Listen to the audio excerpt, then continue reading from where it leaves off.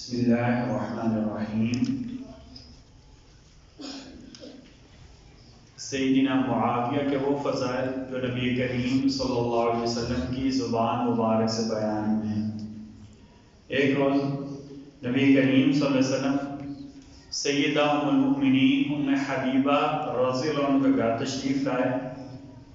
आप सल्लल्लाहु अलैहि वसल्लम ने देखा कि सैयदा उम्मे हबीबा अपने भाई सैयदना मुआविया के बालों में कंघी कर रही हैं। आपने पूछा, उम्मे हबीबा, क्या आप अपने भाई मुआविया से मोहब्बत करती हैं?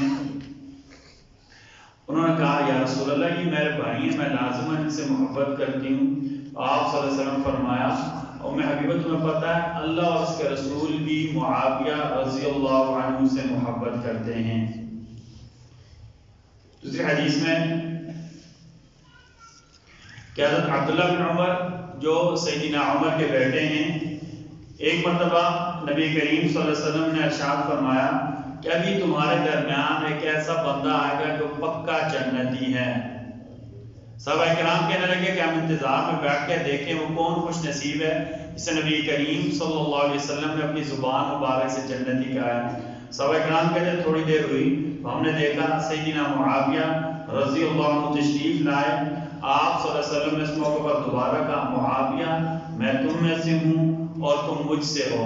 फिर आप सल्लल्लाहु अलैहि वसल्लम ने ऐसे अपनी उंगली को किया, कहा, जन्नत में तुम जन्नत के दरवाजे पर मेरे साथ इस तरह होगे। हज़रत मुआविया के बारे में नबी करीम सल्लल्लाहु अलैहि वसल्लम क्या फरमाया, मुआविया मुझसे है, मैं मुआविया से हूँ। फिर आप सल्लल्लाहु अलैहि वसल्लम फरमाया, मैं और मुआविया जन्नत के दरवाजे पर ऐसे होंगे।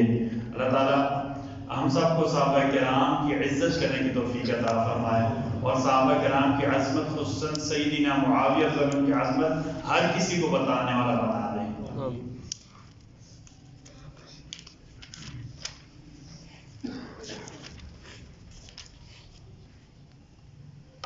एक फ़र्ज़ के बारे में, मैयत का कर्ज अदा करना।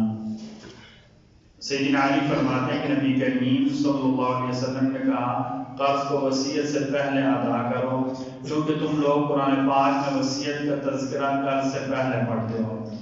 अगर किसी ने किसी से कर्ज लिया हो, वो कर्ज देने से पहले वो फौत हो गया, तो कफन दफन के बाद विरासत तब तकसीम करेंगे, पहले कर्ज अदा करेंगे। विरासत तब तकसीम होगी जब कर्ज, हत्ता कि अगर कर्ज अदा करते हो सारी विरासत खत्म हो जाए, वारसों को कुछ न मिले, तब भी पहले क्या करना है, कर्ज अदा करना है।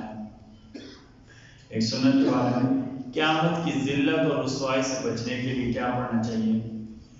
क़यामत के दिन जिल्लत और रुसवाई से निजात पाने के लिए इस दुआ का एहतमाम करना चाहिए। सूरह शुअरा आयत नंबर 87, वला तुख़ज़िनी यौम युबअसून, अल्लाह मुझे क़यामत के दिन शर्मिंदा और रुसवा न करना। सैयदना इब्राहीम भी दुआ करते थे और हमारे नबी सल्लल्लाहु अलैहि वसल्लम ने भी दुआ मांगी, वला तुख़ज़िना यौमल क़ियामह इन्नका ला तुख़लिफ़ुल मिआद, अल्लाह क़यामत के दिन हमें शर्मिंदा और रुसवा न फरमाना। एक फजीलत वाला अमल अज़ान देना। नबी करीम सल्लल्लाहु अलैहि वसल्लम ने फरमाया, जिस शख्स ने खालिस अल्लाह के लिए 12 साल तक अज़ान दी, एक हदीस में आता है जिसने खालिस अल्लाह के लिए 7 साल तक अज़ान दी, उसके लिए जन्नत वाजिब हो गई है। जिसने खालिस अल्लाह के लिए 12 साल अज़ान दी, चाहे 5 की चाहे कोई एक दी, आप सल्लल्लाहु अलैहि वसल्लम फरमाया उसके लिए जन्नत वाजिब हो गई। हर रोज अज़ान के बदले में उसके लिए 60 नेकियां लिखी जाएंगी और हर तकबीर पर 30 नेकियां इसके अलावा मिलेंगी। पूरी अज़ान के बदले 60 नेकियां और जितनी मरतबा अल्लाहु अकबर कहेगा अज़ान में, हर तकबीर के बदले उसके लिए 30 नेकियां इलादा लिखी जाएंगी।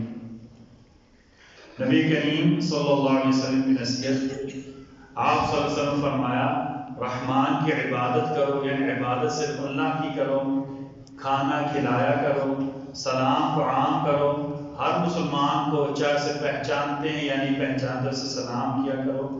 आप ने फरमाया, इन तीनों अमाल के बदले तुम सलामती के साथ जन्नत में दाखिल हो जाओगे।